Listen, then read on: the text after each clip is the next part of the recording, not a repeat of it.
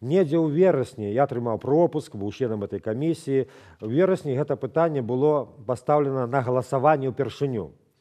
Я тады пасядзеў у гэтым Верховным Савеце. Ну, дарэчы, такая дэталь, вот яны па абласцям сядзелі. Вот сядзіш у Мінску, там номенклатура, апазіцыя, нармальная такая атмасфера. Як толькі сядзеш в якую-нибудь Магілёўскую область, галава пачынае балець. Сядзяць, ты бачыш патыліцы, старшыні калгасаў, такія тоўстыя патыліцы, і выступаюць за мараль, выступіць нешта там, заклейміць захад з маралі, выцягвае газета была пра секс такая, двое у рызе выдавалась, і пачынае голых там дзевак разглядаць. І сярод іх вельмі шчыруе малады мужчына здаровы, з заёмам такі, бегае, кіруе, а яны яго слухаюцца. Ну, думаю, трэба пагаварыць, каб не заваліў мае законапраекты.